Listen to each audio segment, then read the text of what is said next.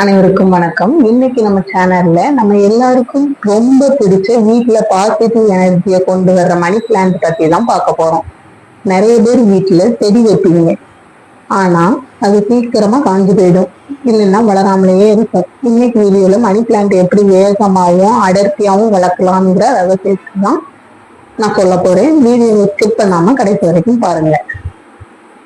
நிறைய பேர் செய்யற தப்பு என்னன்னா, இதை வெயில்ல வச்சிருவாங்க. ஆனா இதுக்கு வெயிலே தேவை கிடையாது. ஜன்னல் ஓரத்துல இல்லைன்னா நிழலா இருக்கக்கூடிய இடத்துல வச்சாலே இலைகள் எல்லாமே நல்லா பச்சையா இருக்கும். மண்ணு காஞ்சு போயிருந்தா மட்டும் தண்ணி ஊற்றுங்க. அதிகமா தண்ணி ஊற்றினா அதோட வேர் அழுகி செடி செத்து போயிடும். அப்புறம் இதோட ரகசியமான டிப்ஸ் என்ன அப்படின்னா, செடியோட நுனி பகுதியை அப்பப்போ கட் பண்ணி விடுங்க. அப்பதான் பக்கவாட்டுல நிறைய கிளைகள் வந்துட்டு இருக்கும். செடிக்கு ஒரு சப்போர்ட் கொடுங்க.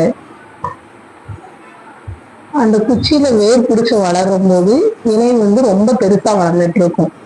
நம்ம வீட்டுல இருக்க அரிசி கழுவுன தண்ணி அல்லது டீத்தூள் கழுவுன கழிவுகளை உரமா போட்டுட்டு இருந்தோம் அப்படின்னா நல்லா மணி பிளான்ட் வளர்ந்துட்டு இருக்கும். அவ்வளவுதாங்க. இந்த சின்ன சின்ன விஷயங்களை நீங்க செஞ்சாலே உங்க வீட்டு மணி பிளான்ட் காடு மாதிரி வளரும்.